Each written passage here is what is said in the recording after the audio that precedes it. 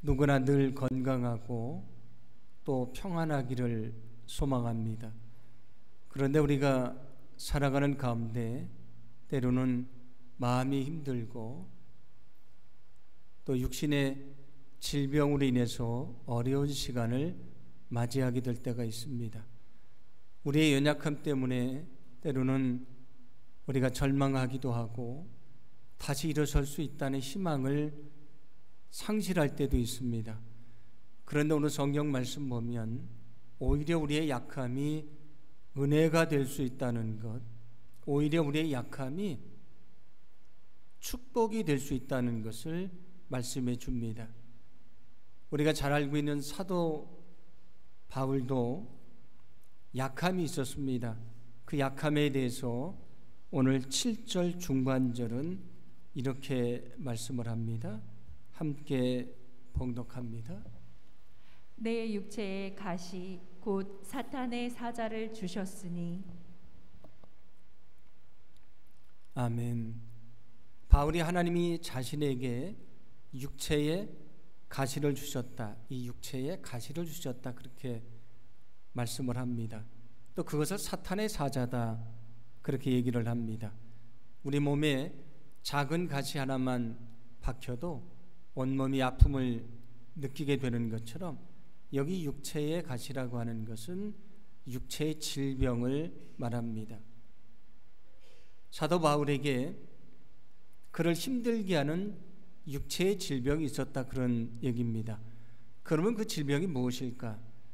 우리가 정확히 알 수는 없는데 성경을 연구하는 사람들은 심한 두통이나 또는 간질이나 안질이었을 것이라고 생각을 합니다. 성경에도 보면 바울이 눈이 좀 나빴다고 하는 말씀이 나오고 있으니까 안질이었을 것이라고도 생각을 합니다. 아무튼 그에게 육체의 질병이 있었습니다. 그런데 그 질병을 오늘 성경은 사탄의 사자다, 그렇게 얘기를 합니다. 그렇게 말하는 이유가 있습니다. 구약 성경을 보면 하나님이 사탄에게 욥을 병들게 하는 것을 허락하시는 말씀이 나옵니다. 하나님이 사탄에게 허락해서 욥이 병들게 됐습니다. 여기 바울이 자신의 육체의 질병을 사탄의 사자다 이렇게 이야기하는 것은 그와 마찬가지로 하나님이 어떠한 뜻이 있어서 자신의 육체에 질병을 주신 것이라고 이해를 했기 때문입니다. 그래도 그 질병이 너무 힘드니까 그가 하나님 앞에 그 질병으로부터 자유롭게 해달라고 간절히 기도를 합니다. 8절과 9절 전반절 말씀인데 함께 봉독합니다. 이것이 내게서 떠나가게 하기 위하여 내가 3번 주께 간구하였더니 나에게 이르시기를 내 은혜가 내게 족하도다. 이는 내 능력이 약한 데서 온전하여짐이라 하신지라. 아멘. 바울이 3번 기도했는데 하나님의 그 기도를 들어주지 않으셨다, 그렇게 말씀을 합니다. 여기 3번 기도했다는 것은 숫자적으로 3번만을 말하는 것이 아니고 성경에서 3이라고 하는 숫자는 완전 숫자이기 때문에 그가 간절히 기도했다, 그런 얘기가 됩니다. 예수님도 잡히시기 전에 겟세마니 동산에서 같은 말씀으로 3번을 기도하셨다 말씀을 하는데 완전한 기도, 간절한 기도를 드렸다, 그런 말씀입니다. 간절히 기도했는데 하나님이 바울에게 말씀하십니다. 내가 내게 베푼 은혜가 이미 족하다, 그렇게 말씀하시고 그 기도를 들어주지 않으셨습니다. 그는 일생 동안 육신의 질병을 가지고 하나님의 사명을 감당하며 살아갑니다. 그런데 그는 놀라운 고백을 들려줍니다. 오히려 자신의 육체의 연약함이 하나님의 은혜가 되었고 하나님의 축복이 되었다고 하는 말씀입니다. 어떻게 그의 연약함이 은혜가 되고 축복이 될 수 있었던 것인가? 오늘은 그것을 함께 생각하면서 은혜를 좀 나누어 보려고 합니다. 오늘 2절 말씀 보시면 환상 중에 셋째 하늘에 올라간 한 사람이 있었다, 그렇게 얘기를 합니다. 그 한 사람이 누구냐면 바울 자신입니다. 그런데 그는 그 사람을 얘기할 때 마치 다른 사람을 말하는 것처럼 어떤 사람이 있었다, 그렇게 얘기를 합니다. 그 이유가 있습니다. 이런 놀라운 신비적인 경험을 했는데 혹시 그것을 말하다가 자기를 자랑하거나 또는 교만할까 봐 그는 그 자신의 경험으로 말하지 않고요, 마치 다른 사람의 경험인 것처럼 이야기를 한다, 그런 말씀입니다. 그 당시 사람들은 하늘이 3개 층으로 되어 있다고 생각을 했습니다. 우리가 지금 하늘을 보면 보이는 하늘이 있습니다. 그 첫째 하늘이고요, 그 위에 둘째 하늘이 있고 그 위에 마지막 셋째 하늘이 있다고 생각을 했습니다. 셋째 하늘은 뭘 말하냐면 오늘 성경 4절에서도 말씀하는 낙원, 저 천국을 말하는 것입니다. 그러니까 바울은 환상 중에 천국에 갔다 오는 경험을 했다, 그런 얘기입니다.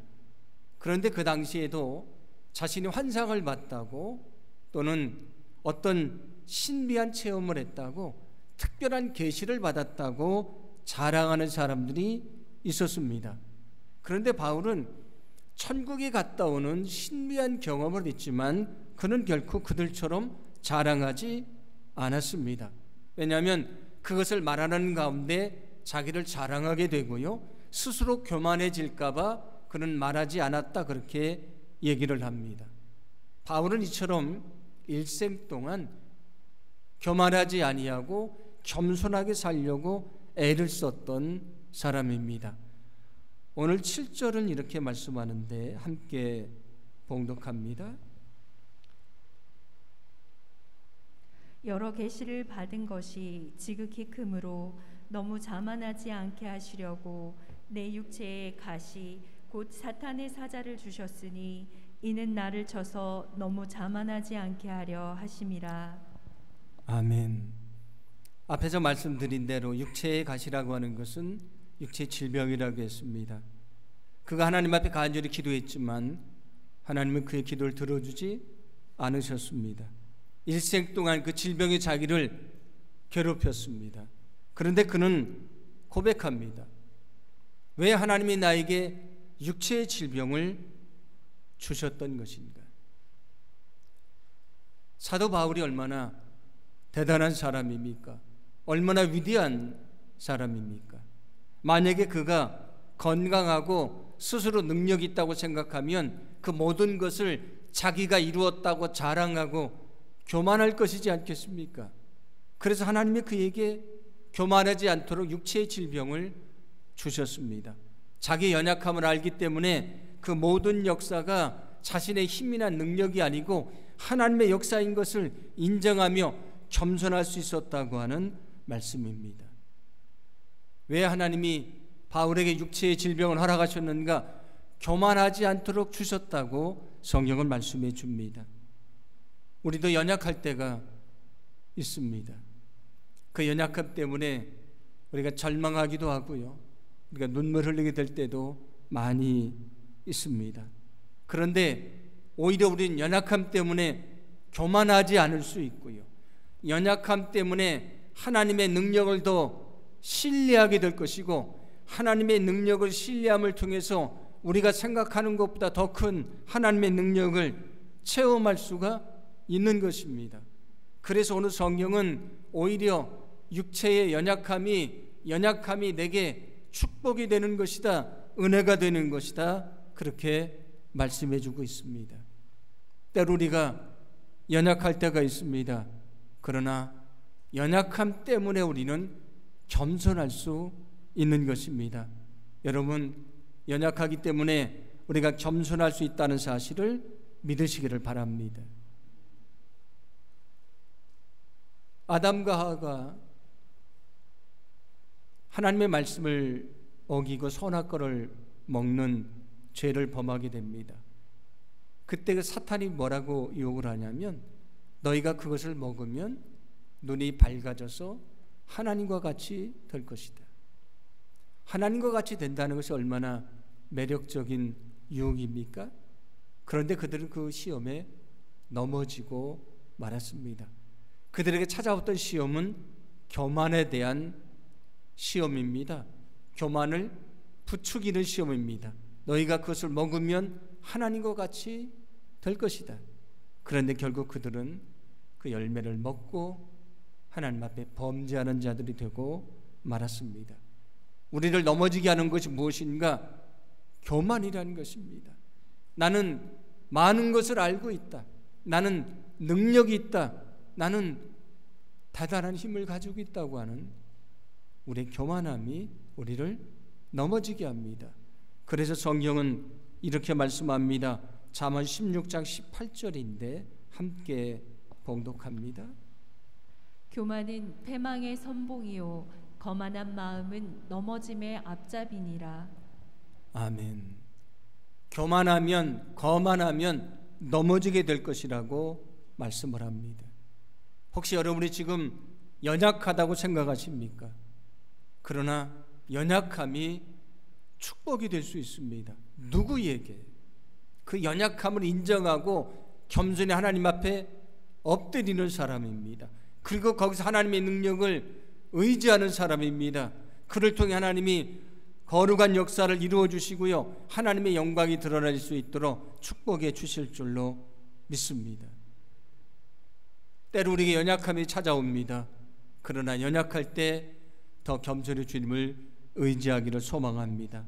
거기서 우리는 친히 일하시는 하나님의 능력을 경험하게 될 것입니다. 그래서 우리를 통해 살아 역사하시는 주님의 능력이 드러나는 그런 축복된 삶을 살게 될 줄로 믿습니다. 바울이 육체에 가시를 가지고 있었다 말씀을 하는데 간절히 기도하지만 하나님이 그 기도를 응답해 주시지 않습니다. 하나님의 대답은 이것인데 9절 전반절 말씀입니다. 함께 봉독합니다. 나에게 이르시기를 내 은혜가 내게 족하도다. 이는 내 능력이 약한 데서 온전하여짐이라 하신지라. 아멘. 하나님이 하시는 말씀은 내 은혜가 내게 족하다는 말씀입니다. 어떤 말씀입니까? 내게 이미 주어지지 않은 것을 불평하지 말고 이미 내게 주어진 것이 많으니 거기서 만족하며 감사하라, 그런 말씀입니다.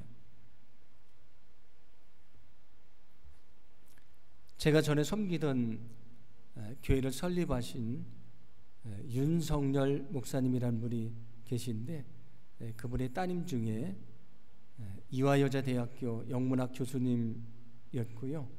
또 신도래라고 그 재소자들과 또 출소자들을 돕는 기관을 만드신 윤정은 권사님이라고 하는 분이 계십니다. 우리나라 신학자 중에 유동식 박사님이라고 아주 유명하신 분이 있는데 그분의 아내가 되시는 분인데 그 윤정은 권사님이 몇 년간 암으로 투병을 하시다가 하나님의 부르심을 받게 됩니다. 그 힘든 시간 동안 그분이 여러 권의 시를 쓰게 되는데 나중에 그것이 시집으로 나오게 됩니다. 거기 은혜가 되는 시들이 많이 있는데 제가 은혜를 받았던 감사라고 하는 시가 있습니다. 오늘 제가 일부만 소개해 드리는데 오늘 칼럼을 보시면 그 시 전체를 제가 소개를 해놨으니까 한번 읽어보시면 좋겠습니다. 제가 그분의 시를 여러분에게 소개를 해드립니다.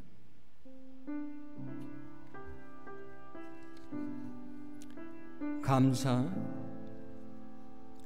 발이 저리고 힘이 없어도 두 다리로 서서 원하는 곳으로 갈 수 있으니 감사합니다. 가족과 둘러앉아 식사를 할 수 있고 기운을 차릴 수 있으니 감사합니다. 출입은 부자요에도 찾아주는 친구들을 반가이 만날 수 있으니 감사합니다. 머릿속에 떠올리면 미소가 나오는 귀한 얼굴들을 감사합니다. 눈이 마주치면 말없이 미소가 오가는 반려자를 감사합니다. 알 수 없는 두려움이 엄습할 때 주님께 달려갈 골방이 있음을 감사합니다. 그리고 이 평안을 감사합니다. 질병으로 인해서 힘들고 어려운 시간을 보내면서 얼마나 많은 시간 속에서 신음하셨겠습니까?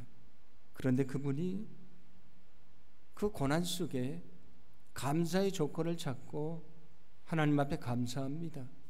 그런데 그 감사의 조건은 대단한 것이 아닙니다.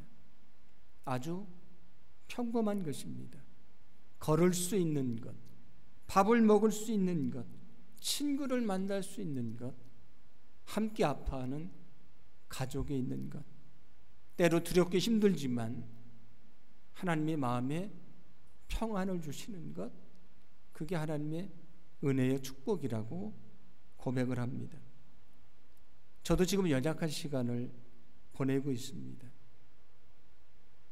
그런데 전에는 너무나 당연한 것이고요, 너무나 평범한 것이었는데 그게 하나님의 은혜인 것을 매일매일 느끼며 살아갑니다. 아침에 일어나는 것도 감사한 것이고요, 제가 걸을 수 있는 것도, 숨을 쉴 수 있는 것도, 밥을 먹을 수 있는 것도 감사한 것입니다. 때로는 설교를 준비하는 것도 힘들지만 그래도 설교를 준비할 수 있는 것도 감사한 것이고요, 여러분 앞에 서 있는 30분의 말씀을 전하는 시간, 제게는 쉽지 않은 시간입니다. 그래도 여러분 앞에서 말씀을 전할 수 있는 것이 하나님의 은혜요 축복입니다. 우리가 인생을 살며 연약할 때가 있습니다. 그러나 우리의 약함을 알기에 하나님을 의지한다면 거기서도 우리가 만족할 수 있고요, 우리가 감사할 수 있다는 사실을 믿으시기를 바랍니다. 여러분, 연약하기에 우리는 만족하며 감사할 수가 있는 것입니다. 우리가 하나님 앞에 감사할 수 있는 것은 대단한 것이 아닙니다.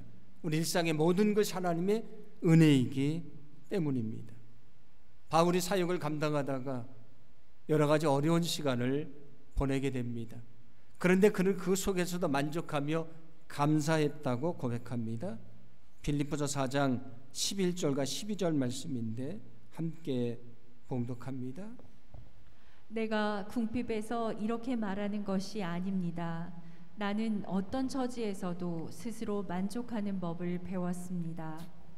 나는 비천하게 살 줄도 알고 풍족하게 살 줄도 압니다. 배부르거나 굶주리거나 풍족하거나 궁핍하거나 그 어떤 경우에도 적응할 수 있는 비결을 배웠습니다. 아멘. 그가 모든 것에 만족하며 감사할 수 있었던 이유가 있습니다. 자기의 연약함을 알기 때문에 그 모든 것이 하나님의 은혜인 것을 그가 인정을 하고 하나님의 은혜인 것을 깨달았기 때문입니다. 그가 진정 모든 것이 하나님의 은혜인 것을 깨달았을 때에 어떤 상황 속에 있든지 만족하며 감사할 수 있었다는 것을 기억하시기 바랍니다. 우리에게도 때로 연약한 시간이 찾아옵니다. 그러나 연약한 시간 속에 결코 절망하지 않기를 간절히 원합니다. 거기에서도 하나님의 은혜가 있습니다. 우리가 겸손히 우리의 연약함을 인정하고 하나님을 의지할 때에 우리에게 놀라운 능력을 보여주실 것입니다. 능력이 많으신 하나님, 부유하신 하나님께서 우리의 간절함을 아시고요, 풍성한 것으로 우리를 채워주실 줄로 믿습니다. 그래서 오히려 우리의 연약함이 감사의 조건이 되고요, 우리의 연약함 때문에 하나님 앞에 영광 돌리는 그런 귀한 역사가 있게 될 줄로 믿습니다. 오늘 5절은 이렇게 말씀합니다. 함께 봉독합니다. 내가 이런 사람을 위하여 자랑하겠으나 나를 위하여는 약한 것들 외에 자랑하지 아니하리라. 아멘. 그가 셋째 하늘에 올라가는 경험을 했지만 나는 그것을 자랑하지 않겠다. 그 대신 나의 약함을 자랑하겠다. 그렇게 얘기를 합니다. 왜 그러겠습니까? 자기의 능력이나 경험을 자랑하면 자기를 자랑하게 되는 것이죠. 그러나 자기 약함을 인정하고 하나님을 의지하면 하나님을 자랑하게 됩니다. 왜냐하면 그 역사를 이루는 것은 내 힘이나 능력이 아니고 하나님이시기 때문입니다.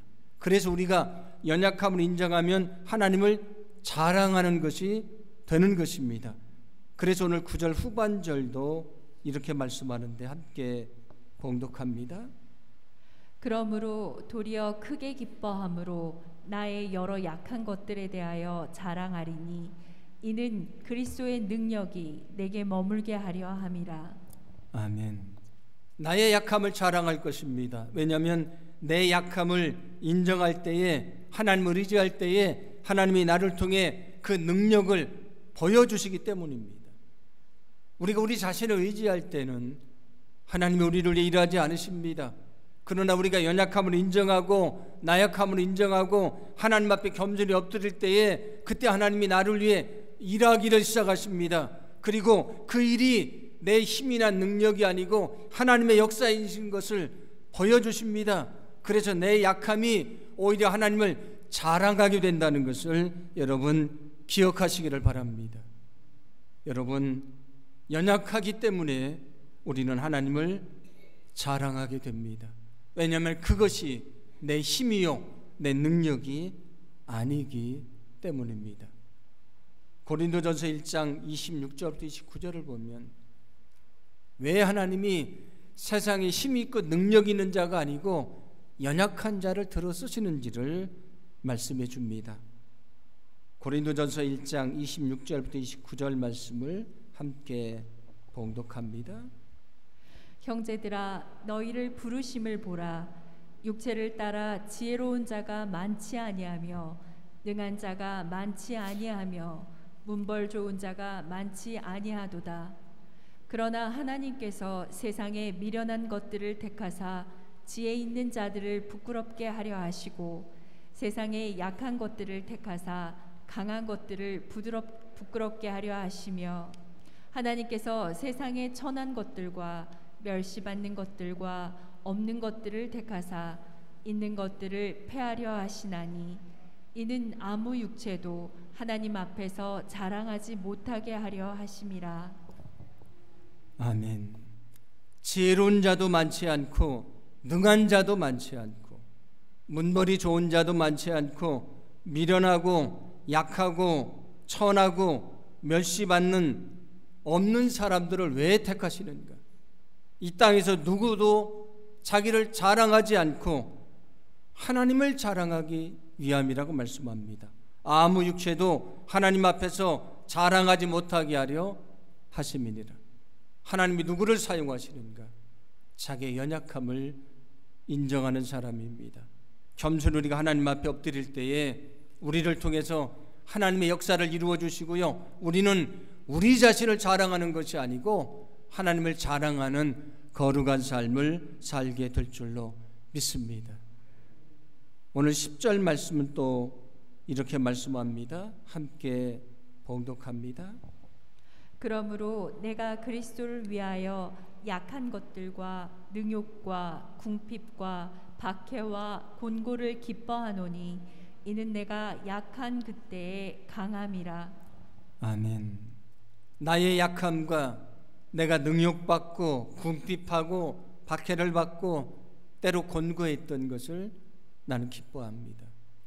그때 내가 힘이 연약했지만 연약하기 때문에 겸손할 수 있었고 연약하기 때문에 하나님을 의지할 수 있었고 연약하기 때문에 그 이루신 모든 역사가 하나님의 능력인 것이 드러남으로 하나님을 자랑하게 되었기 때문이다.